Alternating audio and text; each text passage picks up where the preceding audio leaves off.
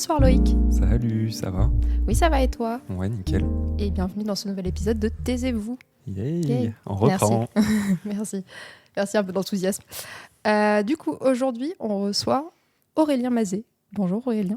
Bonjour à vous. Aurélien, tu fais une thèse en biologie du cancer et tu es au laboratoire Biotis à Bordeaux. C'est ça. Et ta thèse s'intitule « Nouvelles approches en bioimpression pour la création de modèles avancés d'initiation du cancer du pancréas ». C'est Parfait. extrêmement long. C'est long, mais on comprend. Mais on comprend. C'est On pas des comprend. mots trop On compliqués. comprend un peu, mais en même temps, il y a plein de mots qui se suivent et qui ont l'air de pas bien s'emboîter les uns dans les autres. Mais bon, on verra un peu On va y tout ça. revenir, ouais. D'abord, pour commencer, Aurélien, est-ce que ça va? Ça que va tu très te bien. sens à l'aise, tout ça? Ouais, bon, ça va venir plus Ça après va la suite du podcast, mais... Ouais. Pareil ici. Pas de panique, j'ai 2 personnes apeurées à côté de moi. Mais c'est le premier.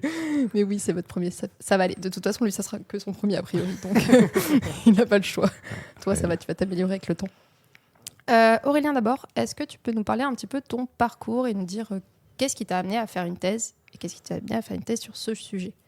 Alors, bon, si on remonte un petit peu plus loin, je viens de Grenoble de base, donc je suis pas bordelais initialement. J'ai vraiment fait un... Pas de chauvinisme. Non, mais du coup, j'ai voulu toujours m'axer dans la santé, la recherche. Alors, j'ai fait un petit passage par la PACES, qui s'est pas forcément résolu par J'ai envie de refaire numerus clausus en médecine. Un classique, ouais. Un bon classique, mais par contre, ce qui était sûr, c'est que je voulais être dans la santé et vraiment œuvrer pour le bien commun. Ok. En toute humilité. Mais non, mais du coup, j'ai fait ce qui s'appelle une licence de biotechnologie. Donc, vraiment axé biologie, mais aussi plutôt, on va dire, ingénierie, développement de techno pour la recherche, ce genre d'aspect-là dans la biologie. Et suite à ça, j'ai continué en master développement de thérapie génique, thérapie cellulaire et ingénierie cellulaire. Et avec pour objectif vraiment de m'inscrire plus dans l'aspect ingénierie de la santé, ce genre de choses. Okay. Et j'ai toujours voulu faire une thèse. Et finalement, en fait, pendant mon stage de Master 2, je suis tombé sur ma thèse actuelle, du coup, vraiment la thèse qui réunissait tout ce que j'avais envie de faire. Donc, à la fois un aspect très appliqué côté biologie et santé, avec finalement l'étude du cancer du pancréas, et qui alliait ça à un côté vraiment ingénierie, un peu industrie dans un sens, pour la poursuite aussi après derrière de la thèse, avec du coup la bioimpression. Je pense qu'on expliquera un peu plus tard. Ouais, parce que du coup, on peut le dire maintenant, tu es dans un labo un peu particulier où il y a à la fois des chercheurs et un secteur privé qui s'y développe avec une entreprise. Je sais pas à quel point tu es amené à collaborer avec eux et à quel point ça impacte ta thèse, mais c'est un cas un peu particulier. Ouais. Alors, oui et non, dans le sens où finalement, on a des aspects de recherche qui amènent finalement à se poser la question de l'industrialisation ou finalement aussi à l'automatisation, entre guillemets, avec des gros guillemets, mais finalement aussi à faciliter certains aspects de la recherche. Mais après, en tant que tel, le laboratoire, vraiment, c'est purement recherche. Alors après, on a pas mal de chercheurs qui ont après développé soit des startups, bordelaises notamment, ou d'anciens thésards qui actuellement développent leur propre startup. Mais sinon, non, au sein du labo, c'est vraiment purement recherche. Il y a des chiffres, du coup, qui s'articulent avec le privé. Mais par exemple, moi, c'est une ANR, si jamais ça a déjà été abordé sur le podcast. Mais... Ouais, normalement, on a déjà parlé des différents types de financement, mais après, tu peux préciser. C'est bien de savoir un peu d'où ça vient, les sous. Et du coup, tu veux dire que dans les thèmes de recherche, ils ne sont pas forcément conditionnés par l'idée de vouloir commercialiser un produit derrière. On peut aussi avoir de la recherche purement fondamentale sans avoir vraiment une application en tête directe. Oui, tout à fait. Vraiment, on a même essentiellement des projets de recherche, on va dire fondamentale, mais soit fondamentale au sens très large, donc comme on connaît dans les thèses surtout en biologie cellulaire, biologie moléculaire, thèses fondamentales vraiment classiques, ou alors vraiment des thèses vraiment un peu plus spécialisées sur des aspects ingénierie, on va dire, vu que ça reste quand même la grosse thématique du labo. Oui, bien sûr. Ok. Peut-être qu'on va commencer par détailler un petit peu, donner des définitions peut-être aux mots. Qu'est-ce que c'est la bioimpression ? Alors, la bioimpression, on va rester assez simple parce que c'est quand même le but aussi. Complètement. Il faut que tout le monde comprenne. Voilà. Vraiment, bioimpression, c'est un peu comme, comme les termes le disent, vraiment, c'est l'impression finalement de matériaux biologiques. Alors, pour être encore plus précis, c'est-à-dire que pour ceux qui se représentent un peu l'impression 3D, comme ça existe aujourd'hui finalement avec le design assisté par ordinateur et finalement ce qu'on connaît surtout en impression 3D, on va dire du grand public, ce qui est l'impression plastique, ce genre de choses. Les figurines Là, de ouais, geeks. ouais, exactement. Des masques, des casques, tout ça. Oui. De toute façon, on est des gros geeks au labo. On a des Ah, imprimantes. mais moi je l'ai toujours dit. Enfin, Les faut en scientifiques, douter, c'est des ouais. geeks. Surtout dans ce genre de labo. C'est un G, c'est. Ouais, c'est-à-dire que donc moi je fais la bioimpression, mais on a aussi des imprimantes 3D classiques pour faire l'impression 3D. Ouais, et ok. autant on imprime des trucs très sérieux, autant je vais peut-être faut pas le dire, mais on Attends, parce que imprime j'ai des trucs à imprimer pour Halloween à tout moment. Je fais un quoi biotisme. Ne commence pas à gratter auprès des invités. Laisse-les parler. Mais non, mais du coup, pour revenir à la bioimpression, du coup, il y a vraiment cet aspect impression 3D grâce à finalement un ordinateur, pour faire du design assisté par Ok. ordinateur. Mais cette fois-ci, on vient imprimer du vivant. C'est-à-dire qu'on vient imprimer des cellules dans des biomatériaux, donc tout ce qui est matériaux qu'on appelle biocompatibles, donc qui permettent finalement de maintenir des cellules en vie. Et la bioimpression, finalement, elle se caractérise par le fait de pouvoir faire des designs 3D, vraiment réels, physiques, mais avec du matériel vivant et avec Ok. plusieurs applications. C'est-à-dire qu'on va avoir soit recherche en médicaments, on va avoir développement de modèles pour la recherche, dans lequel s'axe beaucoup plus ma thèse, et ensuite aussi tout ce qui approche de médecine régénérative, ingénierie tissulaire, qui est un pan qui a des grosses promesses, mais qui n'est pas tant développé que ça, finalement, mais qu'on connaît peut-être le plus quand on aborde la bioimpression. Ok. Tu veux dire que c'est pas développé au sein de ton labo ou de manière générale c'est... De manière générale, en fait, il y a des grosses promesses de... Finalement, quand la bioimpression est apparue, l'idée, c'est comme finalement, on peut imprimer de manière très, on va dire très simpliste, mais on peut imprimer du vivant. Imprimons Avec des organes. Voilà. C'est vraiment, il y a cette idée de, OK, Ouais. avec la bioimpression, on va imprimer des organes, on va avoir des alternatives au greffe. Ouais, on va- Ah, il te manque un cœur, baf. Voilà, tout on ce te qui fait un cœur. Voilà, on répare l'humain, quoi. Et donc, c'est l'aspect le plus connu de la bioimpression, finalement, mais qui est aussi le plus complexe, dans un certain sens, Ah à ouais. développer. Ouais. Outre déjà les défis technologiques, il y a aussi les défis, on va dire, en santé, finalement de fonctionnalité et aussi d'acceptabilité par les organismes de santé et le grand public aussi. Ouais. Et donc finalement, c'est quelque chose où aujourd'hui, je dirais que sur les organes où on peut vraiment appliquer la bioimpression, la peau, c'est peut-être le plus avancé, mais on n'est pas encore au point de pouvoir dire, parce que des fois on voit des grands titres dans les journaux qui disent ça y est, on imprime des mini-organes, Ouais. des mini-cerveaux. C'est pas faux, mais c'est absolument pas vrai à 100%. Ouais, C'est- on n'est pas au point d'aller l'insérer à l'intérieur d'un être humain qui en a besoin. C'est important de le préciser, je pense. Ouais. C'est-à-dire que c'est super, il y a des trucs vraiment prometteurs, mais on n'en est pas encore au point de pouvoir dire OK, on développe des trucs qui peuvent remplacer un organe vraiment qui existe. Et si on se passe d'un point de vue cellulaire, est-ce que vous pouvez genre choisir quelles cellules vous mettez et comment ça s'agence? Et est-ce que ça fait la même chose que si vous mettez une boîte de pétri et vous faites les cellules se connectent entre elles, ou est-ce que ça a vraiment un intérêt par rapport à ça? Ouais, c'est un intérêt parce que justement, ça va me permettre un peu finalement d'enchaîner sur mon projet de thèse, c'est que finalement, par exemple, dans la recherche sur le cancer, il y a beaucoup de papiers qui mettent des articles qui mettent en avant le fait que il y a la tumeur, donc il y a les cellules tumorales, mais il y a aussi tout ce qui est autour, donc finalement tout ce qu'on va appeler en fait le micro-environnement, qui est donc tous les autres types de cellules, parce que finalement on n'a pas qu'un seul type de cellule dans la tumeur, mais on a finalement tout ce micro-environnement qui est très complexe en termes d'autres cellules, mais aussi d'autres compositions, c'est-à-dire que on a vraiment tout ce maillage tout autour de la cellule qui va changer et qui va avoir des impacts sur la cellule, ne serait-ce que par des signaux mécaniques qui vont venir influer finalement sur les signaux que les cellules s'envoient entre elles, ou même une cellule elle-même en son sein, comment elle va communiquer avec l'extérieur. Et donc finalement, comme après on prend ce problème de manière plus large sur finalement, ok, l'environnement il est important, il y a cette idée de l'architecture qui rentre en compte, et donc l'architecture a son importance, et c'est là que la bioimpression rentre en jeu. Okay. Et on essaye finalement d'avoir des architectures qui permettent de reproduire. On n'est pas 100%, on mime pas à 100% ce qui se passe réellement, mais on tend à s'en rapprocher. Donc après, ça vise pas à remplacer du 2D, mais ça va venir compléter finalement en fonction des questions qu'on se pose, notamment en recherche. Ok. Là où moi j'ai un peu de mal à visualiser la bioimpression, c'est sur le fonctionnement concret, c'est-à-dire qu'une imprimante 3D avec du plastique, je vois bien comment elle vient imposer petit à petit une quantité qui va s'additionner.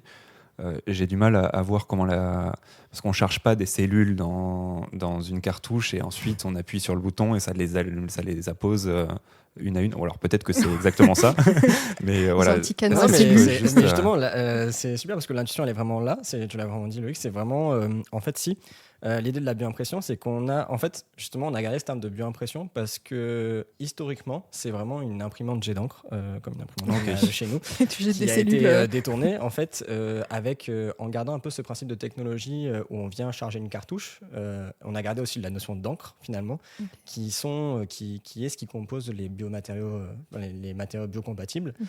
Et du coup, cette encre, on vient la charger dans l'imprimante et on vient dire, OK, à telle position, tu viens me déposer l'encre qui contient les cellules dedans. Et donc, justement, en fait, dans la bioimpression, il y a plusieurs technologies. Une des premières, du coup, dérivée des imprimantes qu'on a chez nous, c'est l'impression jet d'encre. Du coup, on a une vanne qui vient s'ouvrir et se fermer pour faire des dépôts par gouttes, en fait, au sein de comment dire, d'une surface. Ok, donc on est très loin de faire cellule par cellule, on dépose et on les colle. On est plus on met plusieurs cellules d'un coup et on. Ouais. Après les c'est agences. toute la question en fait finalement de ce qu'on recherche et de la techno qu'on va utiliser. Parce que comme j'ai dit, il y a plusieurs technos. J'ai parlé d'abord de l'impression jet d'encre, mais finalement on a plusieurs technos d'impression qui vont permettre plusieurs choses. C'est-à-dire que suivant, on va dire l'encre qu'on veut imprimer. Donc, elle va avoir plusieurs propriétés. Ça va être aussi de différentes viscosités, par exemple. Et suivant les viscosités, on va avoir plusieurs technos. Donc, il y a des technos qui vont permettre d'imprimer des choses beaucoup plus visqueuses que d'autres. Mais, par exemple, sur les technos qui permettent d'imprimer quelque chose de très liquide, on arrive à atteindre des résolutions où on n'est pas à la cellule unique, mais on arrive à descendre vraiment bas en cellule pour vraiment se dire, OK, on va vraiment tester là l'agencement cellule de proche à proche. Ouais, t'en envoies pas 2000 en disant, c'est Voilà. bon, j'ai fait des cellules. Parce qu'évidemment, leur réponse et leur capacité à survivre, elle est vraiment liée à leur environnement et à l'architecture. Donc, tu obtiens des résultats complètement différents à chaque fois. En fonction de l'architecture, en fonction de la composition, tu as vraiment des résultats qui peuvent être totalement différents. Ok. Peut-être on va faire un point aussi sur qu'est-ce que c'est le cancer du pancréas spécialement. Ouais. Alors, le cancer du pancréas, du coup, c'est des cellules tumorales qui deviennent cancéreuses, du coup, et qui deviennent vraiment finalement nocives pour l'organisme et qui se mettent à proliférer et ensuite à métastaser au sein du corps. C'est-à-dire que c'est des cellules qui vont finalement s'infiltrer dans la circulation sanguine et qui vont aller en fait coloniser d'autres organes au sein du corps. Et c'est à ce moment-là qu'on parle de cancer métastatique finalement. Et où finalement c'est les stades les plus graves et qu'on soigne le moins bien parce qu'en fait on peut plus cibler vraiment localement un organe et spécifiquement aussi une cellule. Donc finalement, le cancer du pancréas, il se caractérise, comme la plupart des cancers, d'une phase de progression, où de base, il n'est pas forcément métastatique. Et après, dans les stades avancés, vraiment les plus graves, il devient métastatique. Le problème du cancer du pancréas et pourquoi finalement mon projet existe, c'est que c'est un cancer qu'on dit très meurtrier, dans le sens où en fait, plus de 80% des cas diagnostiqués se font en fait dans des stades avancés du cancer et dans des stades en fait finalement où on n'a pas de traitement qui existe. C'est pas genre douloureux, t'as pas de signes avant-coureurs qui sont... Non, c'est vraiment dans les premières phases d'initiation, justement, ça permettra d'introduire aussi un peu plus mon projet, mais dans les phases d'initiation et de progression, en fait, il n'y a pas de symptômes, ou alors même si je suis plus précis par rapport à ce que je sais maintenant au bout de presque 2 ans de thèse, c'est qu'on a des symptômes, mais c'est les mêmes que d'autres symptômes bénins, sans vouloir faire peur aux auditeurs, mais voilà. Vous avez peut-être un cancer. Peut-être un cancer du pancréas, mais ça va, tranquille. Ce n'est pas le message qu'on veut faire passer. Non, c'est pas le message. Mais c'est vraiment cette idée que finalement, on le comprend pas si bien dans les phases précoces et que finalement, quand on voit des symptômes vraiment que là, on a identifié, c'est le cancer du pancréas, c'est dans des stades avancés où finalement, là, on n'a plus les options curatives vraiment. Parce que les options curatives, malheureusement, c'est que, on va dire, physique, c'est la chirurgie, donc la résection locale de la tumeur. Mais du coup, dans les stades avancés, vu qu'on n'est plus forcément que localisé, on est déjà trop avancé. Et malheureusement, dans ces stades avancés, donc on a plus de 80% des patients qui sont diagnostiqués dans ces cas-là, et on a un taux de survie à 5 ans qui est vraiment bas, en dessous de 5%. D'accord. Donc c'est une vraie problématique. Ouais. Ok. Et du coup, quel est le lien avec ton modèle et en quoi il va nous permettre de peut-être détecter plus tôt? C'est peut-être ça l'idée? Ouais, l'idée, en fait, finalement, c'est que... Donc, il y a 2 postulats. On le diagnostique vraiment tardivement. Donc, il y a 2 choses. Soit on se dit on attaque le problème en essayant de comprendre mieux les phases précoces pour le diagnostiquer plus tôt, soit on développe des thérapies pour plus agressives, plus efficaces, plus spécifiques.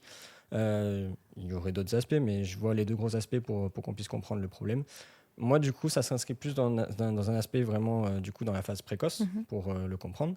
Et pour ce faire, du coup, l'idée, c'est de venir finalement imprimer, du coup, par bioimpression, des cellules qui sont porteuses de mutations qu'on a identifiées comme étant nécessaires dans le développement du cancer du pancréas, mais pas suffisantes pour induire le stade cancer. Ok. Et donc, finalement, je viens imprimer ces cellules et je viens moduler tout ce micro-environnement en changeant, par exemple, l'architecture, la composition, les voisins, les différentes cellules qui vont être dans mon modèle 3D, pour regarder quel est l'impact finalement sur les cellules que j'ai imprimées de base qui ont le potentiel d'être cancéreuses, mais qui ne le sont pas à la base. Ok. Et après, tu mesures quoi? À quel point elles se développent? À quel point Ouais, je regarde finalement, parce que dans ces phases-là, elles ne sont pas forcément prolifératives, donc elles ne vont pas se multiplier. Je regarde aussi des marqueurs finalement du cancer. Est-ce qu'ils apparaissent au cours du temps dans mon modèle? Quand est-ce qu'ils apparaissent? À quelle vitesse? Je regarde ensuite quels sont les différents signaux qui sont changés avec l'environnement, du coup, avec les autres voisins, avec aussi au sein de la matrice en elle-même, qu'est-ce qui est, on va dire, remodelé au sein de la matrice. Donc, c'est-à-dire, les cellules vont venir changer la matrice pour l'adapter encore mieux finalement au cancer. C'est vraiment malin finalement, une cellule tumorale. C'est que vraiment, elle vient, elle fait sa place et elle décide que c'est chez elle. C'est un squatter. En fait. Ouais, ok. Est-ce que tu es partisan de la théorie que les cellules cancéreuses, c'est les cellules qui s'autonomisent et qui deviennent plus des cellules au sein d'un organisme, mais qui créent leur propre organisme à côté en mode Balek? C'est un peu ça, ça dit Balek à tous les mécanismes de reconnaissance. Il y a une et, théorie de qui dit lutte. ça. Oui, oui, oui. Ok. Alors, je ne citerai pas dans quel livre je l'ai lu parce que la personne est ban def d'Internet, mais Ah, ok. C'est quelqu'un de cancel. Bon, très bien. c'est quelqu'un de cancel. Mais bon, il y a des théories là-dessus. Ça marche. Moi, là où j'ai du mal à t'attraper, c'est le côté une cellule qui peut devenir cancéreuse, tu dis. Ouais. Et donc, qu'est-ce qu'elle a de différent par rapport à une cellule de base quand tu vas l'imprimer? C'est quoi les marqueurs ou la distinction que tu vas faire entre une cellule normale et toi qui veux favoriser un espace qui mène vers le cancer? Alors en fait, finalement, sur toutes les études qui ont été faites sur les stades avancés notamment, ou même sur les stades précoces mais qui ont été pris à temps, ce qu'on observe finalement de commun, c'est que plus de 95 à 80% des patients présentent une même mutation à la Ok. base. Et donc cette mutation, alors elle peut se trouver soit seule, soit avec d'autres mutations. Donc après, il y a toute cette histoire de est-ce que c'est la combinaison des mutations qui induit le cancer, mais finalement, on a des patients qui présentent cette unique mutation et qui développent quand même un cancer. Sauf que ce qui a été montré en parallèle dans les autres modèles qui existent, notamment les modèles de souris qu'on utilise beaucoup en recherche, c'est que cette mutation, notamment quand elle est seule, elle est nécessaire, mais pas suffisante pour induire le cancer.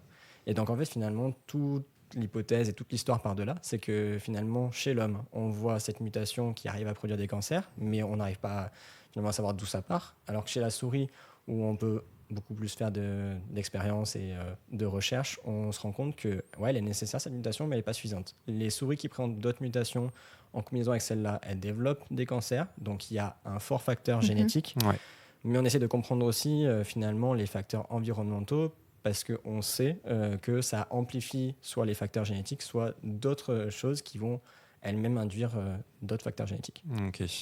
Et ce facteur génétique là pour ces cellules, il est spécifique au pancréas ou c'est vraiment des choses qu'on va retrouver dans différents types de cancers? Alors malheureusement non, c'est une mutation finalement qui est assez commune à beaucoup de cancers parce que c'est une mutation, on va dire, à la base finalement des dérégulations des mécanismes de base de la cellule qui de base est saine et finalement l'altération de ces mécanismes-là l'a fait un peu partir en couille. Alors au début très légèrement et puis ensuite beaucoup. Et donc finalement on retrouve cette mutation à la base du cancer du pancréas, comme dans d'autres organes. Donc c'est ceux qui sont liés à la mort cellulaire du coup, j'imagine. Ouais, ça va être finalement une surmultiplication, une surprolifération. Ça va être vraiment finalement aussi la capacité à plus se déplacer, à migrer finalement au sein du tissu et aussi à se protéger finalement du fait de rentrer dans la circulation sanguine pour finalement devenir métastatique. Ok. Trop bien, c'est des tanks paladins un peu dans Donjons et Dragons, tu vois, c'est un peu des débiles. On peut le voir comme On ça peut le faire encore comme une ça. fois. Désolé, je raccroche ce que je peux. Au moins ça vient pas de quelqu'un de cancel, Voilà. j'ai envie de te dire. Non, le seul truc quand t'as dit mort cellulaire, mon cerveau il a fait P53. Voilà. C'est le seul truc qui m'est venu. Je me rappelle de rien en immunologie. Mais à part il y a ça. une mutation de P53 qui est impliquée dans le cancer du pancréas. Mais comme dans beaucoup de cancers. Comme dans beaucoup de cancers, j'imagine. Là, tu as dit que tu étais en deuxième année de thèse. Du coup, tu en es ou dans tes manips, tu as trouvé des trucs déjà un peu? Est-ce que tu as tu fini? vois- Est-ce que tu as écrit? C'est bon? Non, c'est une question horrible à poser. Je sais. Je commence avec ça, Mais désolé. est-ce que tu as déjà identifié des environnements, des architectures et tout qui facilitent plus ou moins l'apparition d'un cancer? Et est-ce que tu vois un espèce de gradient pour certains, une cumulation pour d'autres? Ouais, globalement, ce que là, justement, on va dire que donc j'arrive en fin de deuxième année, parce que je commence en octobre 2022, si jamais comme ça je le dis, je le cale. Mais du coup, finalement, là, à la fin de ma deuxième année, je suis en train de regrouper un peu tous mes résultats pour faire mon premier papier. Et en fait, ce que j'ai pu démontrer, c'est que déjà, ne serait-ce que influer sur la rigidité du micro-environnement a un impact. Alors, j'irai pas trop loin dans le détail, comme ça après, vous pourrez lire ma publi. Ouais. Mais peu non, de mais teasing. dans l'idée, du coup, c'est que vraiment, juste en ayant la même population, donc vraiment donc c'est des cellules qui ont ce potentiel d'être cancéreuses, mais c'est les mêmes que j'ai dans toutes mes conditions. Mais juste en faisant varier la rigidité, on observe des résultats vraiment différents à des valeurs bien précises. Donc, C'est quoi que tu appelles la rigidité? finalement, c'est, on va dire, de manière très simple, la dureté de l'environnement. C'est-à-dire, Ok. parce que ce qu'on observe dans le cancer du pancréas, par exemple, c'est comme dans beaucoup de, comment dire, atteintes d'organes inflammatoires, on a l'apparition d'une fibrose, qui est donc Ok. en fait finalement une rigidification Des du tissu Ok. et de l'organe. Et du coup, en fait, au cours du cancer du pancréas, il faut savoir que le stade cancéreux est très fibrotique, donc c'est-à-dire que très rigide. Donc dans ce cas-là, en fait, les cellules elles se retrouvent presque dans une prison, en fait. Et donc on se pose la question, ok, mais c'est une prison, mais du coup, comment ça se fait que les cellules se sentent si bien dans cette prison? Donc du coup, l'idée, c'est que dans mes premières manips, j'ai regardé vraiment juste en faisant varier cette rigidité, donc vraiment à quel point mon encre que je charge dans l'imprimante est plutôt liquide ou plutôt visqueuse, dure, quoi, Dense, quoi. Ok. dense. Et du coup, ce qu'on observe, c'est que finalement, rien qu'en faisant varier ce paramètre-là, qui est purement mécanique, donc là, il n'y a même pas de question de, on va dire, cellulaire, entre guillemets, ou comment dire, de protéines, Ouais, t'as rien changé dans les Voilà, j'ai résultats, rien changé en fait. d'autre, j'ai juste changé les propriétés mécaniques, vraiment le côté ingénierie du projet, quoi. Et ben on voit des résultats vraiment différents en termes de prolifération et aussi de comportement des cellules. Ouais, c'est ces cellules qui n'aiment pas trop la campagne, elles préfèrent les gros buildings où Ouais, elles sont c'est un toutes peu les uns ça. sur les autres. Ok. Et pour en arriver à ce résultat, ça veut dire que tu es parti de ton encre, tu as fait des gradients de rigidité, viscosité, rigidité, tu les as fait proliférer et ensuite tu t'analyses. Tu fais combien d'essais pour arriver à un résultat comme ça? Ça doit être long et fastidieux. Bah, globalement, l'avantage de la bioimpression, c'est que comme il y a cette idée de design assisté par ordinateur, l'idée c'est d'automatiser pas mal de tâches. Donc finalement, un gros aspect ingénierie de mon projet thèse, ça a été de trouver des solutions pour rendre ça justement moins fastidieux. Et donc en fait, en faisant beaucoup de modèles en très peu de temps. Et donc, dans un premier temps, l'idée, c'était d'automatiser toute la partie impression, du coup, en faisant plein de modèles. Donc, l'idée, c'est que vraiment, je génère en une après-midi une centaine de modèles. Ah oui, ok. Et l'idée derrière, du coup, après, c'est d'automatiser toutes les étapes d'analyse aussi, pour que finalement, tu puisses avoir ce qu'on manque en biologie, de la statistique, et augmenter finalement tout ce qui est observation. Ouais. Et donc, il y a tout cet aspect automatisation qui est trop cool et qui permet finalement de s'intéresser à d'autres aspects pas du tout bio, comme le codage. Ouais, ce que j'allais dire, du coup, tu Python. codes. Alors, je ne suis pas un crack, je tiens à le préciser, mais Comme j'ai tous les toujours- biologistes. j'ai toujours un peu kiffé tout ça. Ça mine J'avais du pris- bitcoin. Non, pas à ce point-là Ok. quand même, mais je me suis intéressé. Mais non, mais dans l'idée, vraiment, c'est du coup, je me suis intéressé à Python. L'avantage de la thèse, c'est que tu t'auto-formes beaucoup. Donc finalement, ça, c'est sûr. j'ai développé des compétences en Python. Et l'idée après, c'était finalement aussi avec d'autres logiciels d'analyse, notamment d'imagerie, de microscopie. Donc après, automatiser la génération de modèles, automatiser l'acquisition de résultats, donc notamment l'observation en microscopie. Et après, finalement, l'analyse informatique, quoi. Ok. Est-ce que tu as d'autres questions là qui te viennent? Pour l'instant, non. Si, je pensais... J'imagine que dans votre laboratoire, là, toi, tu es sur le pancréas. Est-ce que vous avez en parallèle d'autres organes et d'autres types de cancers qui sont... Parce que j'imagine qu'il y a des réponses qui vont forcément être communes, d'autres qui vont être des mécanismes qui vont être très spécifiques. Vous en avez plusieurs en commun parce que ton travail, finalement, il va servir... cette méthode d'acquisition et de pouvoir avoir des résultats et générer une puissance statistique rapide, ça va servir pour tout le monde. Donc vous avez d'autres domaines de recherche Alors déjà, pour expliquer un peu plus le labo, en fait, on va dire, je vais pas dire un nombre précis, mais on a plusieurs axes de recherche à proprement parler. Mais par exemple, mon projet s'axe vraiment dans l'aspect bioimpression. C'est-à-dire que je suis vraiment dans une équipe aspect vraiment bioimpression, application de la bioimpression finalement à différents domaines.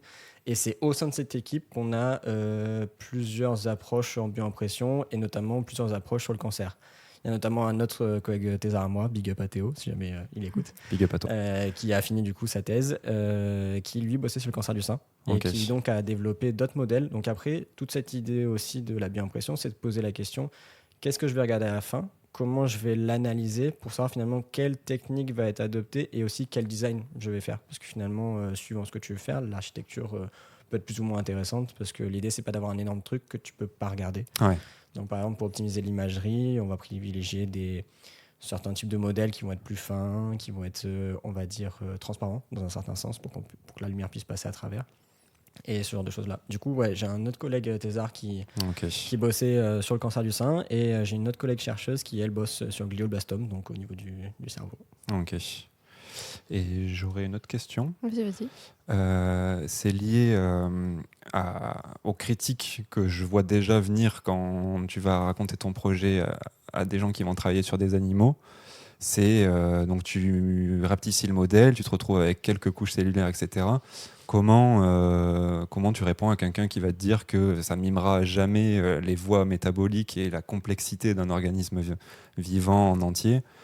Et ouais, voilà, parce que je pense que ça, vous devez l'entendre souvent. Ouais, bah de toute façon, c'est une question classique, donc je te remercie pour la question. Mais en fait, l'idée, comme je disais, c'est des fois, je pense qu'on fait un peu l'erreur de penser qu'un modèle cherche à remplacer un autre parce que soi-disant il est meilleur. La réalité, c'est pas ça. De toute façon, la recherche, c'est une grosse famille. Hein. On a l'oncle chiant, mais on a aussi le cousin cool. Et je dirais que la bioimpression, c'est le cousin cool qui vient un peu aider les autres modèles. C'est-à-dire qu'il n'y a pas vocation à remplacer, par exemple, les modèles 2D classiques, purement à base de cellules en boîte de pétri, et pas vocation en tout cas à remplacer ou peut-être à réduire le nombre de modèles animaux, mais pas à remplacer parce qu'ils apportent des réponses qu'on ne peut pas apporter en bioimpression. Mais par contre, sur finalement un organisme in vivo, donc chez la souris, on va pouvoir regarder finalement des résultats, on va dire, terminaux, c'est-à-dire une conséquence, quelque chose qu'on va pouvoir obtenir quand, par exemple, on récupère un organe, on récupère à la fin d'une expérience. Alors que l'idée de la bioimpression, c'est que on va moduler des paramètres vraiment qu'on ne peut pas contrôler, par exemple, chez la souris. C'est-à-dire vraiment, ok, je décide de mettre la cellule tumorale dans cet environnement-là. Chez la souris, je le mets à un endroit, mais je ne sais pas vraiment à cet endroit-là ce qui se passe. Là, l'idée de la bioimpression, c'est je sais à cet endroit qu'est-ce qui se passe. Ouais, okay. Oui. Et puis tu veux changer à tout moment tous les paramètres en continu. C'est-à-dire que tu vois un résultat intéressant, tu te dis ok, je vais changer un autre truc. Ok. J'ai une question un peu pratique pour quelqu'un qui écoute et qui se dirait tiens, ça m'intéresse peut-être de faire une thèse là-dedans. C'est quoi un peu ta journée ? Qu'est-ce que tu fais au laboratoire ? C'est quoi tes journées de type un peu ? Même s'il n'y a sûrement pas de journée de type comme. Non, mais bon, mais c'est super intéressant comme question. C'est-à-dire que finalement, il y a déjà le côté thèse de manière générale que je trouve super cool, c'est qu'il n'y a rien qui se ressemble. Ou alors quand ça devient routinier, c'est parce que vraiment tu as bien optimisé tes trucs et ça tourne bien, ce qui n'est pas souvent. Donc je le souhaite à n'importe qui m'écoute. Mais non, sinon vraiment on va dire, peut-être pas une journée type, mais finalement les habitudes de travail, c'est que par exemple moi dans mon projet, donc je travaille chez la souris quand même, c'est-à-dire je travaille pas chez l'homme pour la simple raison que comme mon modèle s'intéresse à l'initiation du cancer et que chez l'homme on le diagnostique trop tardivement, on travaille chez des modèles souris pour compléter finalement ce qu'on observe chez la souris avec finalement des cellules qui ont les mutations nécessaires mais pas suffisantes. Ouais, c'est vraiment complémentaire du travail sur le vivant. Donc finalement, ma thèse est née d'une collaboration avec du coup un centre de recherche sur le cancer, notamment le cancer du pancréas, à Toulouse. Et finalement, grâce à cette collaboration, en fait, j'ai toute cette partie cancérologie de mon projet qui est assurée par nos collaborateurs toulousains et qui du coup me fournissent des souris qui vont me permettre finalement de récupérer le pancréas de ces souris qui comportent les cellules qui ont la mutation. Donc tu fais pas tes propres lignées, tu fais pas. Non, je travaille très peu sur lignée. C'est-à-dire que je travaille sur lignée vraiment que pour des optimisations. Donc que ce soit pour les acquisitions de résultats ou si je veux tester un nouveau truc, je vais travailler un peu surligné parce que c'est plus complexe sur ce qu'on appelle cellules primaires, donc ce qui est cellules vraiment issues directement de l'organisme, que ce soit humain, murin, ovin. Et du coup, donc on va dire semaine, journée type, quand j'ai des expériences du coup de bioimpression, parce que du coup il y a une grosse partie analyse, donc la plupart du temps je suis plus en analyse que sur manip chez la souris, mais du coup ça va être vraiment de récupérer le pancréas de la souris, récupérer les cellules, donc avec des expériences où finalement je sépare les différents types de cellules, je récupère celui qui m'intéresse, et ensuite du coup de venir mélanger ces cellules avec l'encre que j'ai designée en fonction de mon expérience, et après de faire l'impression. Et ensuite à l'impression j'obtiens mes modèles. Et dans les semaines qui suivent, du coup, je fais toutes les expériences qui m'intéressent vis-à-vis de ce modèle. Ok. Moi, j'ai une petite question un peu technique, du coup. Je ne sais pas si c'est le lieu. Mais si tu peux, de toute façon. Parce qu'on sait que les cellules cancéreuses, elles sont quand même très dépendantes et le développement du cancer sont très dépendants de la vascularisation. Et on n'en parle pas depuis le début, là, on parle de cellules cancéreuses. Du coup, je me demandais comment tu mimes cet aspect-là, parce que j'imagine que ton tissu, quand tu l'imprimes, il faut qu'il soit hautement vascularisé, surtout si tu veux le pousser à aller un peu plus loin vers le cancer. Donc, par ailleurs, tu mets des facteurs de croissance ou des choses comme ça pour qu'il y ait un réseau qui se fasse, ou tu peux l'imprimer également. Je ne sais pas exactement. Alors justement, c'est le point qu'on n'arrive pas trop à résoudre pour l'instant sur les modèles 3D. C'est vraiment la vascularisation. Donc globalement, les modèles 3D sont cultivés comme les modèles 2D, on va dire, dans des milieux qui permettent de maintenir la culture cellulaire. Alors par contre, du coup, vu qu'il n'y a pas de vascularisation, on ne peut pas les maintenir à hyper long terme, ou on ne peut pas les garder sur toute la durée de la thèse. Il faut les nourrir soi-même. Il faut changer le milieu. Ouais. Et même en changeant de milieu, dans tous les cas, tu ne peux pas le maintenir ad vitam aeternam. Mais il y a beaucoup de questions, du coup, pas forcément que bioimpression, mais vraiment dans le design de modèles 3D. Comment est-ce qu'on arrive à faire un réseau vasculaire déjà arriver à le faire, ensuite qui se maintienne dans le temps. Et qui se connecte avec pour que vraiment il y ait de plus en plus cette intention de mimer l'organisme natif, quoi. Mais dans mes modèles, c'est pas le cas, on n'y est pas. Après, il y a d'autres thématiques de recherche. Justement, mon collègue qui bossait sur le cancer du sein imprimait des cellules, les cellules qui composent finalement la paroi vasculaire, mais pas forcément dans le but de faire une vascularisation, mais en tout cas qui font, on va dire, des néo-vaisseaux, parce qu'à notre niveau, on n'arrive pas à maintenir à hyper long terme. Donc on a vraiment, on va dire, les premiers branchements. Avant de parler des tout petits capillaires et tout, qui vont venir, eux, sécréter finalement des facteurs importants pour les cellules, et notamment les cellules tumorales. Ok, mais du coup, c'est pas une problématique dans le cadre de ta thèse ou non, c'est pas une question qu'on se pose. Peut-être d'ici la fin, ce sera peut-être quelque chose que je vais explorer. Mais à ce jour, par rapport, parce que finalement, c'est assez novateur, mais c'est surtout, on est vraiment au début finalement des modèles d'initiation. Donc l'idée aussi, c'est vraiment partir simple et complexifier de plus en plus. Donc finalement, on avait déjà démontré par le passé, avec des travaux de l'équipe, qu'on arrivait à faire des modèles 3D, en tout cas pour le cancer du pancréas. Parce qu'il y a cette idée aussi qu'on ne peut pas juste se dire je vais faire un modèle 3D, donc je prends les cellules que je veux, je les fous en 3D, j'ai un modèle 3D. Il y a cet aspect qu'il faut trouver finalement quelles conditions en 3D vont permettre d'avoir ce modèle 3D. Et donc, dans cette première approche, on va dire simpliste, on a pu montrer qu'on arrivait à avoir un modèle 3D du cancer du pancréas, en tout cas des cellules tumorales dans le cancer du pancréas. Et ensuite, maintenant, on pousse ce modèle à aller vers l'initiation et à le complexifier de plus en plus, donc en ajoutant d'autres voisins, en ajoutant d'autres murs, d'autres briques. C'est vraiment par étapes. Vous avez votre première brique et maintenant, il faut fabriquer par-dessus. C'est de la preuve de concept, surtout. Ok. Et moi qui suis naïve sur à quoi ça peut ressembler la biotissularité, je dis des trucs. Tu l'attends peut-être celui-là. Ouais, non. Ça fait quelle taille ce que tu imprimes ? Alors, à mon échelle, je fais des micro-modèles de l'ordre de... Alors, un micro-modèle que j'observe finalement au microscope, c'est de l'ordre de 600 micromètres. Ok. Mais l'entièreté du modèle, parce qu'en fait, je viens déposer des gouttes, du coup, et mon design est surtout fait pour automatiser l'étape d'après, qui est d'analyse et d'observation. Donc moi, j'imprime vraiment une grille. Donc c'est un modèle très simple. Il n'y a pas de volonté d'avoir pour l'instant une architecture qui reproduise finalement ce qu'on a au niveau des tissus hyper complexes et tout. Mais voilà, c'est vraiment un petit carré de l'ordre de, si je dis pas de bêtises, 15 mm par 15 mm. Ok.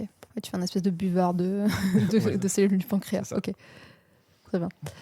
Est-ce que tu as d'autres questions à ce niveau-là? Non, je pense que c'est OK sur les techniques du sujet, en tout cas. Ok. Et d'autres questions sur autre chose en rapport avec le sujet? Non, je pense que si on a oublié quelque chose, peut-être que tu peux nous le dire. Est-ce que Non, tu pour le penses coup, je qu'on a pense qu'on parlé a pas mal abordé les trucs. J'espère que t'es pas trop chiant à écouter. Ah mais- non, non, pas du tout. Moi, ça m'intéresse beaucoup. C'est juste que c'est vieux dans ma tête. Donc, ça fait des rafraîchissements. Ouais. Ça- Il faudra que les parce que auditeurs nous disent, parce que nous, on Ouais. est un peu biaisés. Ouais, c'est parce que un moi, je suis sujet passée en qui- psychologie. Du coup, c'est un peu loin, la biologie. Mais c'est pas grave, c'est bien. Ça me remet dans le bain. On a l'habitude de poser aux gens qui viennent ici pour savoir un peu qu'est-ce qu'ils font à côté de leur thèse. Parce qu'en général, on est vraiment très focus sur notre sujet. Il y en a, ils se passionnent de ça. Ils passent des milliards d'heures au labo. Mais qu'est-ce que tu as comme activité, loisirs, choses qui te permettent de sortir un peu de ça? Alors globalement, avant la thèse, j'étais très sportif. Depuis la thèse, je le suis beaucoup moins. Aïe, aïe, aïe, Aïe, aïe, aïe, aïe. aïe. Je vais pas mytho. Non, j'ai du mal à m'y remettre, mais de temps en temps. Mais sinon, j'ai un chien qui m'a apporté stabilité et cadre de vie. Je vais pas m'en cacher. Qui fait que finalement, c'est ma chienne qui me permet aussi des fois de couper. Parce que tu te dis, t'abuses un peu, frérot. Mais, Il est 22h. Et Qu'est-ce moi, que je veux fais encore là? sortir. mais non, sinon, depuis la thèse, parce que aussi ça s'est accompagné par le fait que j'ai vraiment bougé de ma région natale. Mhm. Donc, je suis venu à Bordeaux avec ma compagne et tout. Et donc, vraiment, j'ai ma vie à moi et tout. C'est vraiment, je suis devenu un touche-à-tout, mais dans les sens peut-être pas extrêmes du terme. Mais disons que je lance plein de projets, je les finis pas. OK. Je connais ça.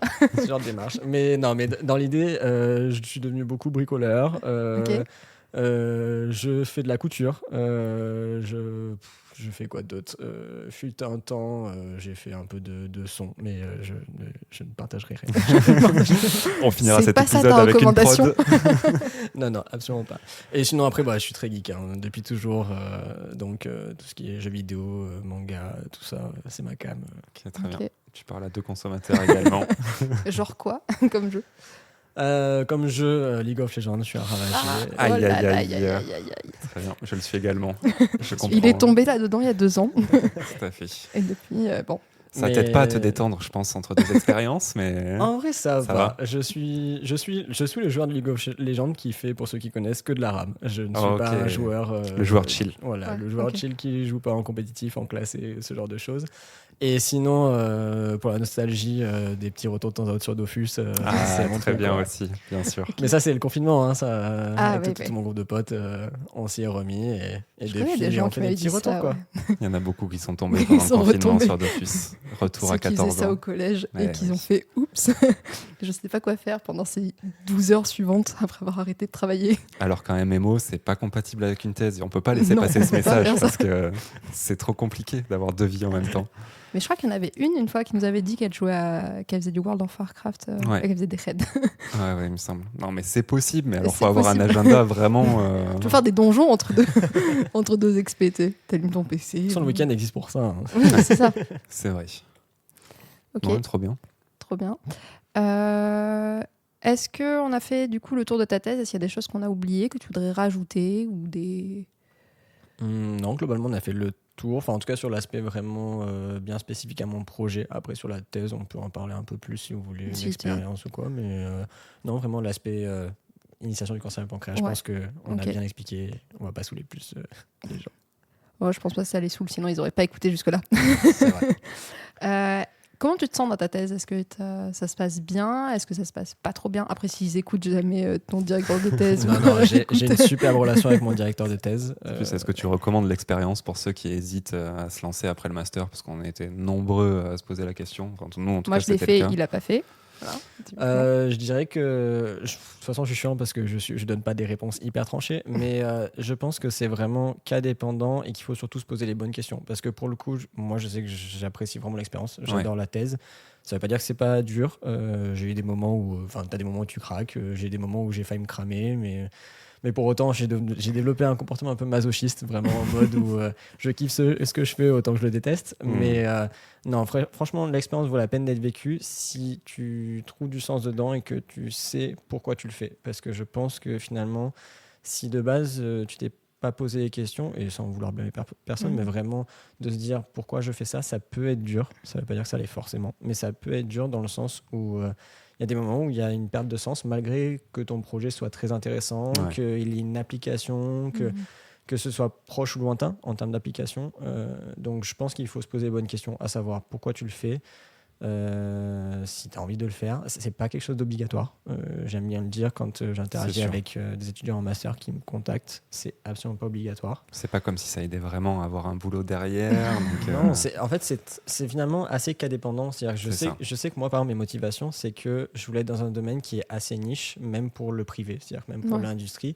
Et donc finalement, et je le redis, même encore dans mon cas, tu peux très bien acquérir l'expérience de l'ingénierie tissulaire, de la bioimpression, sans faire de thèse. Ouais. Mais j'aimais le côté thèse parce que tu fais beaucoup de choses déjà scientifiquement, mais aussi personnellement. C'est-à-dire que tu développes plein de soft skills comme mener un projet à son terme, gérer finalement du matériel, un budget. Je sais que pour le coup, c'est l'avantage aussi que j'ai d'avoir une très bonne relation avec mon directeur de thèse, c'est que j'ai vraiment la main mise presque à 100% sur mon projet, que ce soit sur l'aspect technique, humain, mais aussi financier. Donc c'est assez intéressant aussi d'avoir ce recul dessus.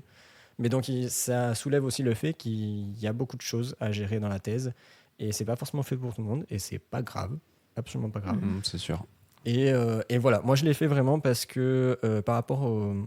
Je le dis, je sais pas encore si je veux être dans le public ou le privé après. C'était ma question d'après. Qu'est-ce que tu veux faire après mais pour le coup, j'ai un peu cette relation où j'adore la recherche, mais je sais un peu d'avance, je pense que j'aurai pas une carrière linéaire. Je pense que je vais être le mec qui va vouloir faire plein de choses, essayer plein de choses. Et donc, je pense que je vais aussi passer beaucoup de temps dans le privé. Et dans le privé, ce qui m'intéresse, c'est des postes ou des types de projets pour lesquels où je me sens plus légitime en ayant fait une thèse, mais c'est pas obligatoire, encore une fois.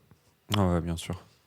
Bien sûr, c'est sûr que ça peut aider. Le fait de pouvoir montrer que tu as effectivement mené un projet à bien en 3 ans, c'est sûr que ça va t'aider dans ce domaine-là, mais c'est pas un prérequis absolu.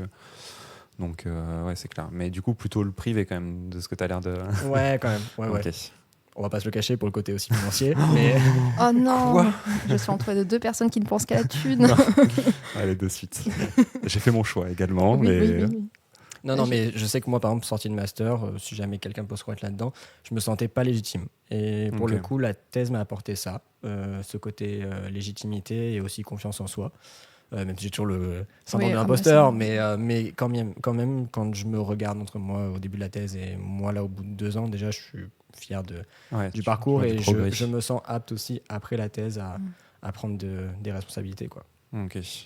Et d'un point de vue privé, tu sais si tu as des opportunités dans le labo dans lequel tu es, si tu peux ou veux faire partie de leur aventure à eux, ou bon, c'est vraiment lointain et tu verras. Je verrai. Je marche beaucoup à l'opportunité et tout, et finalement comment ça se passe. Et puis aussi, je vais pas le cacher, j'ai ma compagne avec moi, donc c'est des décisions qui se prennent aussi à deux pas de que ce côté-là. Toi. Ça marche. Sachant qu'on est 2 thésards en couple, donc voilà, c'est des questions qui se poseront plus sur la fin de la thèse. Mais je pense que j'aurai, oui, parce que y a rien de certain, mais j'aurai des opportunités à plein d'endroits. Je suis pas sûr de vouloir rester sur Bordeaux. J'aime beaucoup Bordeaux, mais j'ai envie d'aller faire des expériences à l'étranger, ou du moins aussi me rapprocher aussi de mes amis, ma famille. Donc voilà, il y aura plein de questions qui rentreront en compte à la fin de la thèse. Alors moi j'ai fait la Suisse, c'est super.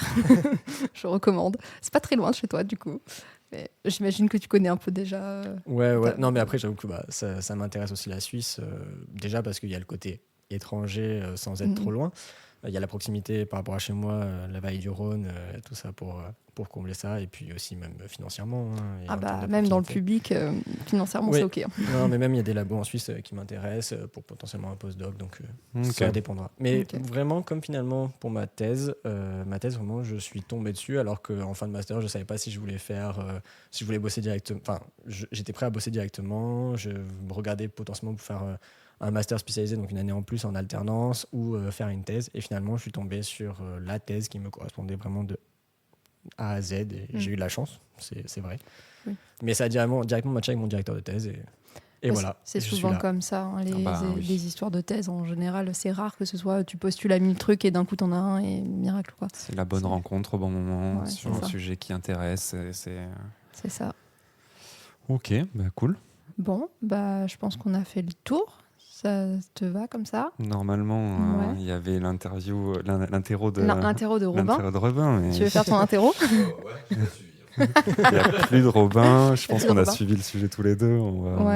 peut-être Tu veux faire mais je pense qu'il faudra trouver une alternative à cette rubrique-là. Normalement, Ouais. c'était Robin qui résumait en tant que non scientifique. Là, Il a c'est fait, un il peu a de la- fait 2 fois un début de licence de maths. J'ai raté 2 fois.